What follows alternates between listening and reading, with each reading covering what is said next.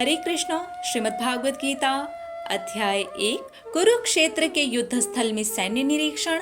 श्लोक 11वां। अयनेषु च सर्वेषु यथा भागं वस्थिताः भीष्ममेवाभिरक्षन्तु भवन्तः सर्व एव हि। अब यहाँ पर द्रोणाचार्य से आकर के दुर्योधन कहता है, भीष्म पितामह, यस वो बहुत तगड़े वाले योद्धा हैं, मैं मानता हूँ वो कमाल के योद्धा हैं, लेकिन उनको सुरक्षा की ज़रूरत है क्योंकि वो बुजुर्ग हो चुके हैं। वो युद्ध में उस तरह तो नहीं खड़े रह पाएंगे जिस तरह से जवान योद्धा खड़े रह सकते हैं।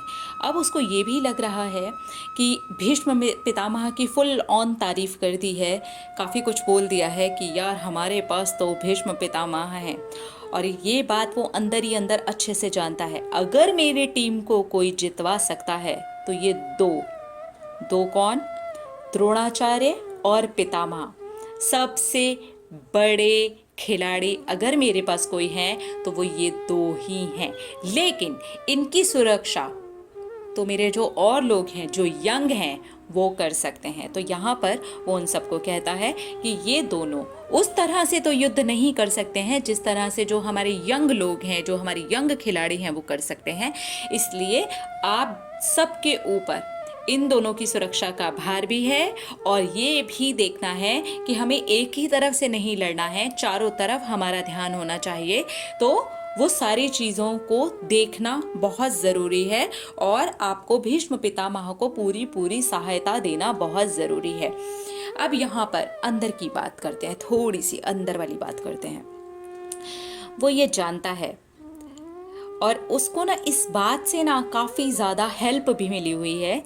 जब द्रौपदी का चीरहरण हो रहा था, जब जुए में ये हार गए थे और द्रौपदी को नग्न किया जा रहा था, वहाँ पर द्रोणाचार्य और भीष्म पितामह ने कुछ भी नहीं कहा था, एक शब्द भी नहीं कहा था। जब द्रौपदी उनसे हेल्प भी मांग रही थी तब भी उन्होंने कुछ नहीं कहा था, किसी भी तरीके की मदद नहीं की थी। हालांकि जो भीष्म पितामह और द्रोणाचार्य हैं ना, इनको बहुत स्नेह है, बहुत प्यार है, जो पांडुपुत्र हैं ना उनसे बहुत प्यार है, बहुत ज़्यादा लगाव है।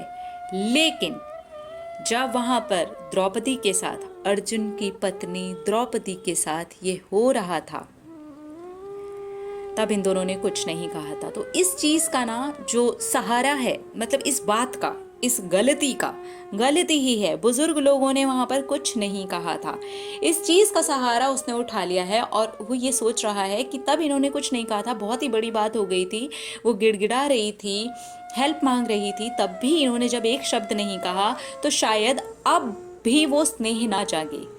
तब नहीं जागा जबकि स्थिति बहुत ज़्यादा ही खराब थी, एक घर की स्त्री के ऊपर ये वाली बात आ गई थी। जुए में हारना, एक औरत को, घर की औरत को जुए में हारना, और वो औरत बुजुर्ग लोगों से हेल्प मांग रही है, हेल्प का ना करना, यानी कि जो स्नेह अंदर था, पांडुपुत्रों के लिए जो स्नेह था द्रोणाचार्य और भीष्म पितामह के अंदर, वो अगर अब नहीं जागा तो युद्ध में भी वो जो स्नेह है वो नहीं जागना चाहिए। यही वजह है कि वो बड़ाई भी कर रहा है और इस बात के लिए अंदर ही अंदर कहीं ना कहीं खुद को आश्वस्त भी कर रहा है कि यार तब नहीं जागा था ना, तो अब भी ना जागी, क्योंकि अब तो बहुत बड़ा युद्ध होने वाला है।